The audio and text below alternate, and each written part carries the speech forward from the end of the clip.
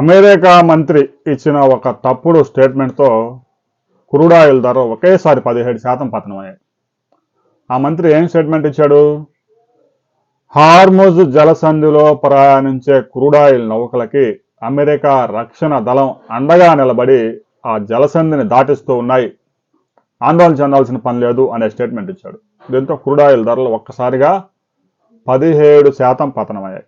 అయితే కాసేపటికే అమెరికా మంత్రి చేసిన ప్రకటనలో వాస్తవం లేదు అనేది తెలిపింది.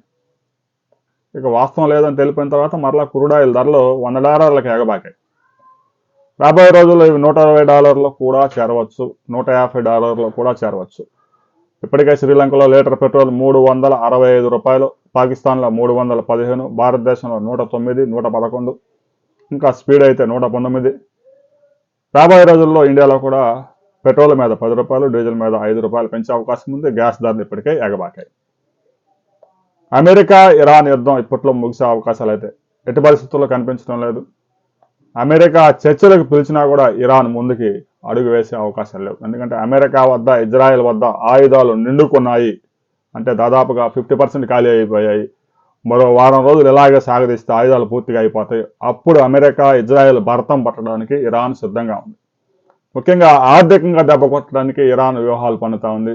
అందులో ఇరాన్ సక్సెస్ అయ్యే అవకాశాలు కూడా స్పష్టంగా ఉన్నాయి. అందుకే ఇరాన్ మీద క్షిపణుల వర్షం కురిపిస్తున్నా కూడా వాటిని నిలువరించడం మానేసి గల్ఫ్ కంట్రీస్లో పెద్ద ఎత్తున ఆయిల్ శుద్ధి కర్మాగారాల మీద దాడులు జరిపి ప్రపంచ ఇంధన రంగం మీద దెబ్బ కొట్టింది.